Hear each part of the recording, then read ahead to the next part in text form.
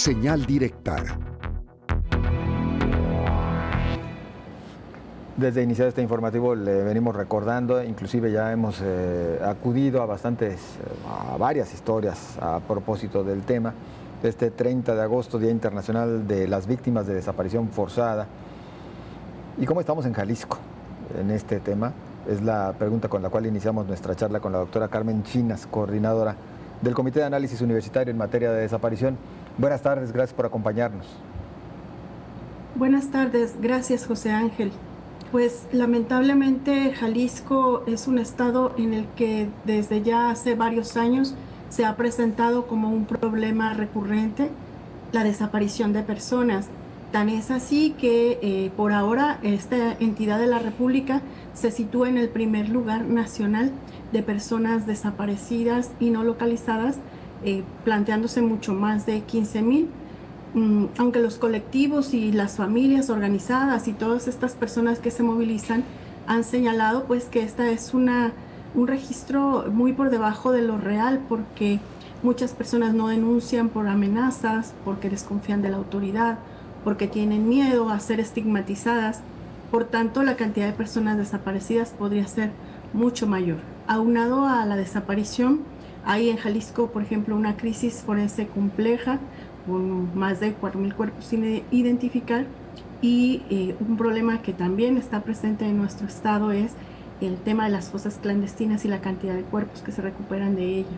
Todo esto pues nos lleva a un panorama de mucho dolor, incertidumbre, y pues el día de hoy, justo que hablamos a nivel internacional de recordar a las víctimas de la desaparición forzada, pues en Jalisco cobra un significado particular y vemos madres movilizadas, colectivos, defensoras y defensores de derechos humanos expresando la necesidad de que se atienda esta problemática y de que se ponga fin a la impunidad. Híjole, sí, maestra.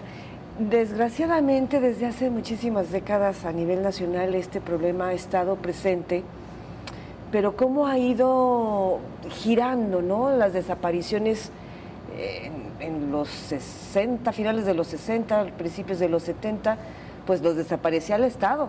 Incluso hay un informe reciente. Hoy las desapariciones tienen, nos decía su colega el doctor Jorge Ramírez hace unos días, pues los recluta el crimen organizado, y para él unos puntos de focos rojos es Puerto Vallarta, Lagos de Moreno y ahora la nueva central camionera. Maestra, no sé si lo han analizado en el comité, pero ¿desde cuándo se fue descomponiendo Jalisco? ¿Por qué llegamos hasta lo que hoy a esta gran pesadilla? Buenas tardes, Josefina. Podríamos plantear un inicio, aunque obviamente un problema de esta naturaleza pues no es que suceda de un momento a otro. Tú bien señalas las desapariciones en el contexto histórico de lo que conocemos como la Guerra Sucia, esta persecución político-ideológica, particularmente a los disidentes, a las personas de izquierda, a los líderes estudiantiles de finales de los 60s y 70s. Esa desaparición del Estado, con una connotación completamente ideológica, ha ido adquiriendo nuevas modalidades, y en el tiempo presente, aunque aún persisten esas formas de desaparición, la principal razón tiene que ver con la desaparición cometida por reclutamiento forzado y por grupos delincuenciales. En el caso de Jalisco, esta visibilización de esta forma de desaparición, que incluso tuvo que incluir o denominar un tipo penal particular que se llama desaparición cometida por particulares, que eso no existe como referente, digamos, internacional consensado. Es un concepto muy polémico, un tipo penal muy polémico, pero fue necesario porque a partir de 2006, con esa estrategia fallida en materia de seguridad implementada por el entonces presidente Calderón y continuada por Peña Nieto, las desapariciones a nivel nacional tuvieron un incremento inusitado. En el caso de Jalisco fue la administración anterior, la de Jorge Aristóteles Sandoval, que repunta el problema de las desapariciones, pero de ninguna forma tiene comparación con lo que sucede o ha sucedido durante estos 6 años de la administración actual. Es decir, que ciertamente es un problema heredado, es un problema nacional que está presente en ciertas regiones del país, no en todo el país, pero que en Jalisco se ha agravado de forma particular. Prácticamente la mitad de las desapariciones han ocurrido en la actual administración y vemos a través de las cédulas de búsqueda, las exigencias, los posicionamientos, por ejemplo, que hace el comité de análisis en el que yo me encuentro, que no es un problema que se esté atendiendo de la manera integral que se requiere, y con mucha preocupación que, lejos de reconocerse la gravedad de la problemática y el dolor al que se enfrentan las personas que tienen esta tragedia, por lo general escuchamos un discurso que minimiza los hechos, que dice que son desapariciones por cuenta propia, por su voluntad, y bueno, esto no contribuye a la solución de una problemática tan compleja. Claro que se trata de un problema nacional, ya lo ha dicho usted, y sin embargo también lo advierte, un problema que está nada más con mayor énfasis en algunos puntos de la República Mexicana, pero aquí lo lamentable es que desde la visión de las autoridades, en los 3 niveles, pues pareciera que lo tratan de ver como un tema más de índole político-electoral, y me trato de explicar, doctora, el hecho de minimizarlo porque le pega a los números con los cuales quiero presumir que he realizado buen trabajo y pensando en lo que venga en lo político, no así pensando en la necesidad de que esas familias que están desesperadas buscando a su ser querido, pues tengan la respuesta adecuada. A partir de ello, ¿qué tendríamos que esperar? Y muy a propósito de la pregunta que le estamos haciendo también a nuestro público en esta ocasión, de las próximas autoridades, las que lleguen a Jalisco, las que lleguen en lo federal ya muy próximamente, y también en los municipios, ¿cómo tendría que ser su proceder, su actuar? Gracias, pues ciertamente, tal como usted señala, las autoridades, como comité hemos dicho, han gestionado, administrado, pero no han tenido voluntad de resolver la problemática, porque pareciera que hay una agenda política por encima del bienestar de la ciudadanía, y estos temas de delitos de alto impacto, por supuesto, generan una sensación de inseguridad, de incertidumbre, de que no se están haciendo bien las cosas, y se cuida más la agenda política que la atención de la inseguridad que prevalece en nuestro estado. ¿Qué podríamos esperar de las autoridades? Creo que de forma elemental es que cumplan con lo que la propia legislación de la materia determina, tanto la ley federal como la ley estatal, el protocolo homologado de búsqueda, que haya recursos y presupuesto suficiente, recursos humanos, recursos materiales y por supuesto la cuestión monetaria para poder atender la búsqueda, la investigación y la identificación forense.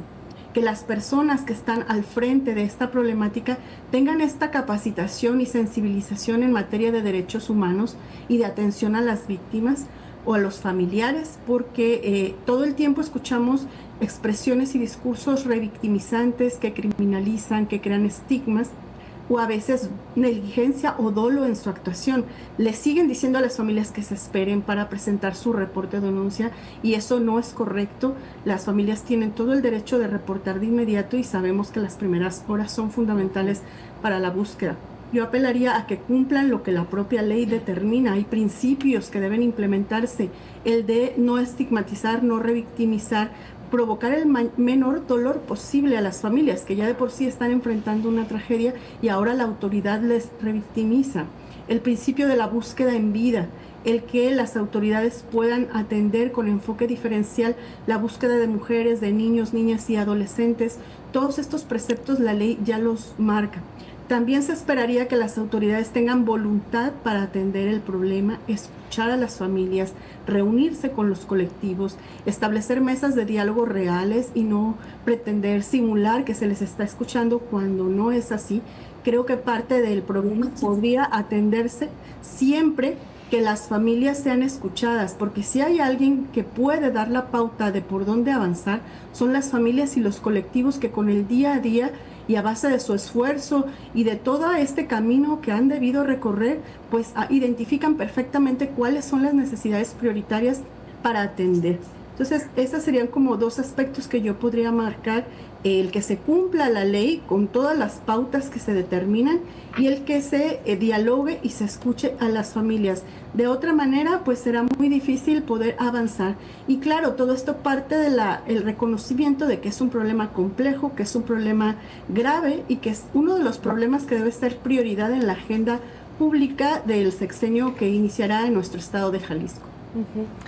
Hace unos minutos nos contaban nuestros compañeros de lo que vienen haciendo los colectivos en este día.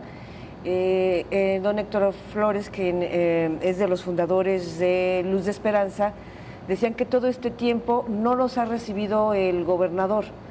Sí, funcionarios menores, pero no el gobernador, y esa es una gran señal, me parece, doctora, con lo que está usted comentando en estos momentos. Para cerrar, ¿qué señal le deja esa que el mandatario no los reciba cuando es la cabeza del Estado? ¿Y cómo cerraría esta charla, maestra? Creo que transmite una gran indiferencia ante el dolor y la necesidad de las familias jaliscienses. No puede concebirse que seamos el estado número 1 de desaparición de personas y que eso haya sucedido durante toda la administración y no se tenga la mínima voluntad de sentarse a dialogar con quienes están padeciendo esta problemática en el día a día. A mí me parece que el tema central en el tema en las desapariciones y la falta de acción es la impunidad, porque las familias no se sienten seguras, no se sienten atendidas, no tienen puertas abiertas para dialogar. El sistema de justicia es bastante precario, es decir, no es eficiente por cuanto a dar solución a la problemática. Ahí tenemos los casos de sentencias en materia de desaparición forzada que se cuentan casi con los dedos cuando hay miles de carpetas de investigación. O sea, el Poder Judicial no está haciendo su trabajo de identificar los elementos del tipo penal y sancionar a los responsables, y eso nos deja prácticamente en la total impunidad. En ese sentido, creo que ese tema, combatir la impunidad, es un eje central del trabajo que debe implementarse en materia de justicia y, por supuesto, con perspectiva de derechos humanos y de ser sensibles al dolor de las familias de las víctimas. Maestra, muchísimas gracias. Gracias, buenas tardes. Muy buenas tardes para usted y hasta muy pronto, maestra, porque hay muchísimo más de qué hablar al respecto y hay información que se genera en este instante, José Ángel.